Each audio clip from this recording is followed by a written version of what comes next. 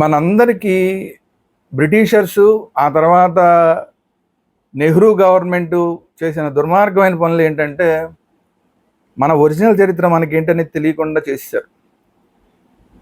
మొఘలాయి చక్రవర్తులందరినీ హీరోలుగా చేయడం, బ్రిటిష్ వాళ్ళందరినీ హీరోలుగా చేయడం, బ్రిటిష్ వాళ్ళు ఏదైనా చిన్న ఒక బ్రిడ్జ్ కడితేనో లేదా ఇంకోటి ఏదో కడితేనో వాళ్ళందరినీ పెద్ద పెద్ద హీరోలుగా చూపించడం, కింగ్ జార్జ్ లాంటి వాళ్ళందరూ ఏదో 4 హాస్పిటల్ కట్టించి వాళ్ళందరూ పెద్ద గొప్ప వాళ్ళుగా చూపించడం, ఇలాంటివన్నీ చేశారు. అది కాకుండా గాంధీ గారి మీద ఒక హిందువు దాడి చేశాడు అది ఇది అని చెప్పి ప్రచారాలు చేశారు. కానీ దాని పుస్తకాల్లో పెట్టారు. కానీ సర్దార్ వల్లభాయ్ పటేల్ మీద చేసిన దాడి గురించి ఏ పుస్తకాల్లో లేకుండా చేసేసిన దుర్మార్గం నెహ్రూ ప్రభుత్వం చేసింది. ఇవాళ మనం దాని గురించి మాట్లాడుకుందాం. సర్దార్ పటేల్ మీద దాడి 1939 మే 14న భావనగర్లో చంపడానికి ప్రయత్నం చేశారు. కానీ ఈ ఇన్సిడెంట్ని మనకి ఎక్కడ కూడా ఏ పుస్తకాల్లోనూ, ఏ పాఠ్య పుస్తకాల్లోనూ, ఏ చరిత్ర పుస్తకాల్లోనూ లేకుండా చేశారు. వీళ్ళల్లో చాలామందికి మరణశిక్ష విధించింది, కొంతమందికి కోర్టు మరణశిక్ష విధించింది, కొంతమందికి జీవిత ఖైదు విధించింది. ఇంత పెద్ద ఇష్యూ జరిగిందాన్ని మనకి తెలియకుండా చేసేసినాయి ఈ ప్రభుత్వాలు. భావనగర్ రాష్ట్ర ప్రజా పరిషత్ యొక్క 5వ సెషన్ 1939 మే 14న మరియు మే 15 తేదీలో సర్దార్ వల్లభాయ్ పటేల్ అధ్యక్షతన భావనగర్లో జరిగింది.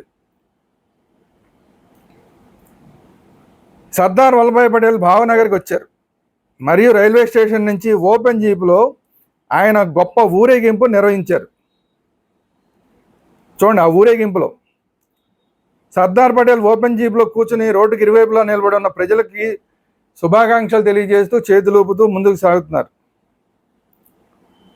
ఈ ఊరేగింపు కార్గేట్ చౌక్ అనే ప్రాంతానికి చేరుకోగానే అక్కడే ఉన్న ఒక మసీదు ఉందంట, నాగినా మసీద్. ఆ నాగినా మసీదులో దుర్మార్గులు 57 మంది దుర్మార్గులు దాక్కున్నారు. వాళ్ళందరూ ఒకేసారి కత్తులతోటి బయటకు వచ్చారు. బయటకు వచ్చి కత్తులు ఈటలతో జీప్ వైపు పరిగెత్తారు. అంటే సర్దార్ వల్లభాయ్ పటేల్ని చంపేయాలని డిసైడ్ అయిపోయి వాళ్ళందరూ కూడా దాడి చేశారు. అప్పుడు బచ్చుభాయ్ పటేల్ మరియు జాదవ్ భాయ్ మోడీ అనే 2 యువకులు వాళ్ళని చూశారంట. అంటే వీళ్ళిద్దరూ సర్దార్ పటేల్కి దగ్గరగా ఉన్నారు. వీళ్ళు ఎంత దాడి చేయడానికి రావడం చూసి వాళ్ళిద్దరూ అడ్డం పడ్డారు. వాళ్ళిద్దరూ సర్దార్ పటేల్ అన్ని వైపుల నుంచి పట్టుకుని నిలబడి ఒక కవచంలాగా మొత్తం ప్రాణాంతక దాడిని తామే తీసుకుని తమే భరించారంట. వాళ్ళు సర్దార్ పటేల్కి రక్షణ కవచంగా మారారు. దాడి చేసిన వాళ్ళిద్దరూ యువకులపై అనేక సార్లు కత్తితో దాడులు చేశారు, ఈటెలతో పొడిచారు. ఇందులో బచ్చుభాయ్ పటేల్ అనే ఆయన అక్కడే మరణించాడు. ఆ యువకుడు జాదవ్ భాయ్ మోడీ ఆసుపత్రికి తీసుకెళ్తే ఆసుపత్రిలో చికిత్స పొందుతూ ఆసుపత్రిలో మరణించాడు. అంటే వీళ్ళిద్దరూ లేకపోతే ఆ రోజు సర్దార్ పటేల్ చనిపోయి ఉండేవాడు. ఆ ధైర్యవంతులైన యువకులు ఇద్దరు మరణించిన ఆ ప్రదేశంలో వాళ్ళకి విగ్రహాలు కూడా అక్కడే ప్రతిష్ఠించారంట. ఆ ఊళ్ళో అక్కడ వాళ్ళిద్దరు విగ్రహాలను ప్రతిష్ఠించారు. అప్పుడు బ్రిటిష్ ప్రభుత్వం ఈ సంఘటనపై చాలా సమగ్ర దర్యాప్తు నిర్వహించి ప్రత్యేక కోర్టు ఏర్పాటు చేసింది. ఈ ప్రత్యేక కోర్టులో 57 మంది నిందితుల్ని అరెస్ట్ చేసి ఆ కోర్టులో సబ్మిట్ చేశారంట. వారిలో ఆజాద్ ఆలీ, రుస్తం ఆలీ సిపాహి వీళ్ళిద్దరికీ మరణశిక్ష విధించారు.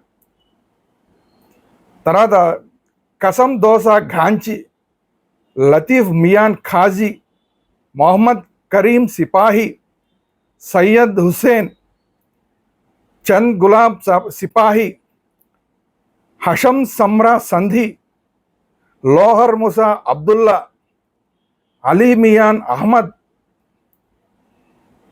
అలీ మహమ్మద్ సులేమాన్, మొహమ్మద్ సులేమాన్ కున్బర్, అబూబకర్ అబ్దుల్లా, లోహార్ అహ్మదియా, మొహమ్మద్ మియాన్ ఖాజీలకి జీవిత ఖైదు విధించారు. ఇంతమందికి జీవిత ఖైదు విధించారు. అంటే ఎంత పెద్ద దాడి చేశారు చూడండి. ఇద్దరికేమో మరణశిక్ష పడింది, ఇంతమందికి జీవిత ఖైదు శిక్ష పడింది. సర్దార్ వల్లభాయ్ పటేల్ కోల్కతాలో ముస్లిం లీగ్ వ్యతిరేకంగా మాట్లాడాడని ఇప్పుడు ఈ దాడి చేశారంటే వీళ్ళు. ఆయన చంపడానికి కుట్ర దాని నుంచి పుట్టింది. పటేల్జీ మరణం తర్వాత నెహ్రూ ప్రభుత్వం ఈ చరిత్ర సంఘటన పుస్తకాల నుండి తొలగించడం దురదృష్టకరం. పటేల్ గారు బతికున్నంతసేపు పుస్తకాల్లో ఉందంట ఈ సంఘటన. పటేల్ గారు ఎప్పుడైతే చనిపోయాడో పుస్తకాల నుంచి అసలు ఈ సంఘటనని నెహ్రూ ప్రభుత్వం తొలగించేసిందంట. తద్వారా భవిష్యత్తులో సర్దార్ పటేల్పై జరిగిన హత్యాకాండ మరియు ఆయన చంపడానికి కుట్ర కొంతమంది ఎవరు శాంతి కాముకులని చెప్పుకుంటుంటారు కదా, ఎడారి మతాల వాళ్ళు చేశారని చెప్పి మళ్ళీ ప్రపంచానికి అంతా తెలుస్తుందని చెప్పి దాన్ని మరుగున పరిచే ప్రయత్నం నెహ్రూ ప్రభుత్వం చేసిందంట. దీన్ని బట్టి అర్థం చేసుకోవచ్చు ఈ దేశంలో ఎవరి మీద ఎలాంటి దాడులు జరిగినాయి, హిందువుల మీద ఎట్లాంటి దాడులు జరిగినాయి, ఎప్పుడెప్పుడు ఎలాంటి దాడులు జరిగినాయి, ఇవన్నీ కూడా మనం తెలుసుకోకపోతే కనుక చాలా ప్రమాదం. మన వాస్తవ చరిత్ర చేసుకోకుండా మనం ఏదో సెక్యులర్ అనుకుంటూ కూర్చుంటే చాలా ప్రమాదం. మనమేమో సెక్యులర్ అనుకుంటూ కూర్చుంటే వేరే వాళ్ళేమో ఎప్పటికప్పుడు దాడులకు ప్రయత్నం చేస్తున్నారు. ఇప్పుడు కూడా లేటెస్ట్గా అనేకమైన దాడులు జరుగుతున్నాయి, మనం చూస్తున్నాం. హిందువుల మీద అనేకమైన దాడులు జరగడం మనం చూస్తున్నాం. లేటెస్ట్గా తిరుమలలో దాడి జరిగింది. ఒక ముస్లిము తిరుమల దాకా వెళ్ళిపోయాడు బండేసుకుని, మొత్తం అందరినీ గుద్దుకుంటూ తొక్కుకుంటూ వెళ్ళిపోయాడు. మొన్న ఒక ఫాదర్ చనిపోతే ఎంతమంది ఈ ఫాదర్లు బయటకు వచ్చి ఎన్ని కుట్రలు చేశారు, హిందువులే ఈ దాడి చేశారని చెప్పి, హిందువుల మీద దాడి చేయడానికి అని చెప్పి క్రైస్తవులను రెచ్చగొట్టడానికి ఎన్ని కుట్రలు చేశారో మనందరం ప్రత్యక్షంగా చూసాం. ఆ చనిపోయిన ఆయన యాక్సిడెంట్లో చనిపోయాడు. అది కూడా తాగి పాపం చనిపోయాడు ఆయన. ఆ తాగి బండి నడుపుతూ చనిపోయాడు యాక్సిడెంట్ అయ్యి. దాన్ని హిందువులు చంపేశారని చెప్పి ఒక కుట్ర కోణాన్ని తీసుకొచ్చి అమిత్ షా గారు దీంట్లో కుట్రదారుడు. అలాగే ఈ భీమవరానికి చెందిన నరసాపురానికి చెందిన ఎంపీ గారు కేంద్ర మంత్రి, ఆయన దీంట్లో కుట్రదారు, బీజేపీ మంత్రి కుట్రదారు. అలాగే చిన్నజీయర్ స్వామి దీంట్లో కుట్రదారులు అని చెప్పి భయంకరమైన కథలు అల్లేసి క్రిస్టియన్స్ అందరినీ రెచ్చగొట్టి హిందువుల మీద దాడి చేయడానికి ఏ విధంగా పురికొల్పారో మనందరం చూసాం. కాబట్టి ఎప్పటికప్పుడు హిందువులందరూ చాలా జాగ్రత్తగా ఉండాలి. ఇలాంటి కుట్రల మీద ఎప్పటికప్పుడు తెలుసుకుంటూ ఉండాలి. ఎవరెవరు కుట్రలు చేస్తున్నారు, మన మీద ఎవరెవరు దాడికి ప్రయత్నం చేస్తున్నారని తెలుసుకోకపోతే కనుక హిందూ సమాజం నాశనం అయిపోయే ప్రమాదం ఉంది. అలాగే సర్దార్జీ దగ్గర నుంచి ఇంకా అనేక మంది మీద అనేక దాడులు జరిగినాయి. వాటన్నిటినీ కూడా మనం ఎప్పటికప్పుడు తెలుసుకోవాలి. మన చరిత్ర తెలుసుకోవడం మనకు చాలా ఇంపార్టెంట్. సో ఇది ఈరోజు వీడియో. ఈ వీడియో కనుక మీకు నచ్చినట్టయితే లైక్ చేయండి. మీ అభిప్రాయాలు ఏంటనేది కామెంట్ రూపంలో తెలియజేయండి.